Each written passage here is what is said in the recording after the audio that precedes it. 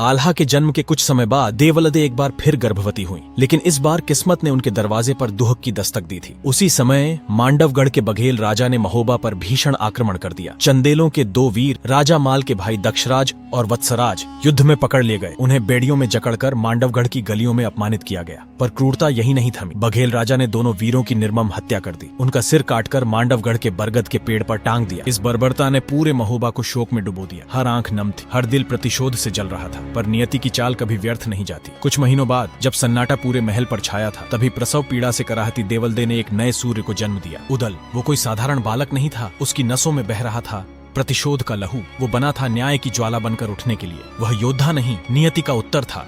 उदल के जन्म लेते ही आकाश में बिजली सी कड़क उठी और धरती की छाती फट पड़ी। उसके जन्म की गरज से जमीन 2.5 हाथ नीचे धंस गई, मानो धरती ने स्वयं उसके कदमों को जगह दी हो। लेकिन इस अद्भुत जन्म के बावजूद माता देवलदे के चेहरे पर खुशी नहीं थी। उन्होंने अपने ही पुत्र को कुलनाशक कह दिया। उनके कटु वचनों को सुनकर वहां मौजूद बड़ी मां मल्हना ने क्रोध में कहा, देवलदे, इस बालक को मैं अपने साथ ले जा रही हूँ, और याद रखना, एक दिन यही बालक अपने पिता की मौत का बदला लेगा और पूरे राज्य का नाम रोशन करेगा। वक्त बीतता गया। एक दिन महोबा की धरती पर स्वयं गुरु गोरखनाथ पधारे। ये बात जब रानी मल्हना को पता चली तो वो श्रद्धा भाव से गुरु के दर्शन को पहुंच गई और उन्हें अपने महल में आमंत्रित किया। गुरु गोरखनाथ ने अगले दिन आने का वादा किया, और जब वो महल पहुंचे तो रानी मल्हना ने पूरे भाव से उनका आतिथ्य किया। वहीं गुरु को देखकर छोटे उदल की आंखों में एक अलग ही चमक थी, जैसे आत्मा को उसकी दिशा मिल गई हो। गुरु गोरखनाथ ने भी उस बालक में कुछ विशेष देखा, और फिर रानी मल्हना ने सर्वसम्मति से उदल को गुरु के चरणों में समर्पित कर दिया। अब उदल अकेला बालक नहीं था, अब वह गुरु गोरखनाथ का शिष्य था और अपने भाग्य की अगली सीढ़ी चढ़ने वाला था। जहां उदल के गुरुकुल जाने के बाद राजा परमाल ने अपने पुत्र ब्रह्म कुमार के साथ साथ आल्हा, मलखान और धब्बा को भी शस्त्र विद्या में दक्ष बनाना शुरू किया। धीरे धीरे समय बीता और सभी बालक किशोरावस्था की दहलीज पार कर गए, परंतु दक्षराज और वत्सराज की वीरगति के बाद महोबा की रियासत कमजोर हो चुकी थी। राजा परमाल को बार बार अपने पड़ोसी राजाओं के आगे सिर झुकाना पड़ता था, मगर नियति अपना चक्र चला रही थी। 12 वर्षों की कठिन और तपस्वी शिक्षा के बाद उदल अपने गुरु गोरखनाथ के सानिध्य से लौट आया था। अब वो वही बालक नहीं रहा था, अब वो बना था युद्ध की आग में तपा हुआ योद्धा। एक दिन राजा परमाल अपनी राजसभा में नगरों पर हो रहे लुटेरों के हमलों पर मंत्रणा कर रहे थे। तभी सभा में घबराए सैनिक दौड़ते हुए आए। महाराज, लुटेरे नगर पर चढ़ाए हैं। भय और अफरातफरी में लुटेरे महिलाओं और बच्चों तक को उठा ले गए।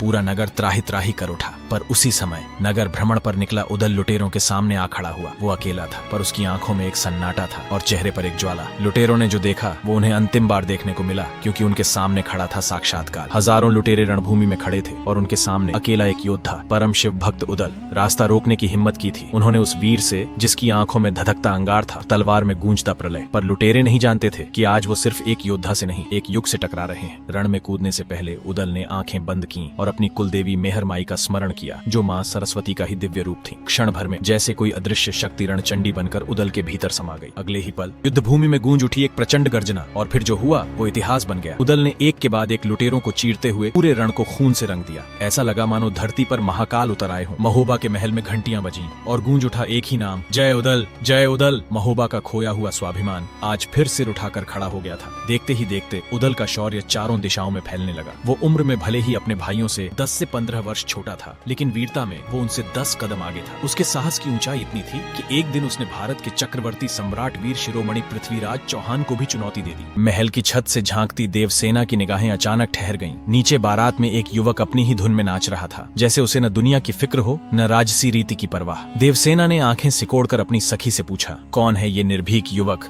जो शेर की तरह मस्त होकर नाच रहा है? सखी मुस्कुराई और धीरे से बोली, ये है महोबा का वो योद्धा जिससे हजारों लुटेरे भी कांपते हैं। उदल कहा जाता है एक बार रण में जब दुश्मनों की सेना ने महोबा को घेरा था तो यही अकेला योद्धा उठ खड़ा हुआ था, और फिर रणभूमि लाशों से पट गई थी, लेकिन उदल अडिग खड़ा था। देवसेना कुछ नहीं बोली, पर उसकी आंखों में सम्मान का दीपक जल चुका था। उस दिन से उसकी हर प्रार्थना में उदल का नाम जुड़ गया। कुछ वर्ष बाद भारत के सबसे बड़े सम्राट पृथ्वीराज चौहान ने मोहम्मद गौरी को हराने के बाद एक विराट सभा बुलाई, जहां भारत के तमाम राजाओं को आमंत्रित किया गया। पृथ्वीराज और उदल आमने सामने आएंगे। महोबा से राजा परमाल अपने योद्धाओं सहित पहुंचे। सभा शांति से चल रही थी। तभी विजयगढ़ के राजा वर्णिक ने व्यंग्य करते हुए राजा परमाल का मजाक उड़ाना शुरू कर दिया। कहाँ छुप गए थे महोबा के शेर? राजा वर्णिक की बातों में जहर था और तेवरों में तिरस्कार। सभा में मौन छा गया, पर तभी एक गर्जना हुई। बस बहुत हुआ। उदल उठ खड़ा हुआ। उसकी आंखों में आग थी। वो चलकर वर्णिक के पास गया और राजसी मर्यादा तोड़ते हुए उसकी दाढ़ी खींच दी। पूरा दरबार स्तब्ध रह गया। पृथ्वीराज की आंखें जलने लगी। कौन है ये उद्दंड जो मेरी सभा में ऐसा अपमान कर रहा है? उदल ने नजरें मिलाकर उत्तर दिया, नाम है उदल, पुत्र हूँ दक्षराज का, और अगर कोई अपने घमंड में हमारे स्वाभिमान को रौंदेगा तो मैं उसे इतिहास बना दूंगा। दरबार सन्न था, लेकिन धरती पर एक नई आवाज उभरी थी जिसने भारत के सम्राट की सभा में वीरता का झंडा गाड़ दिया था।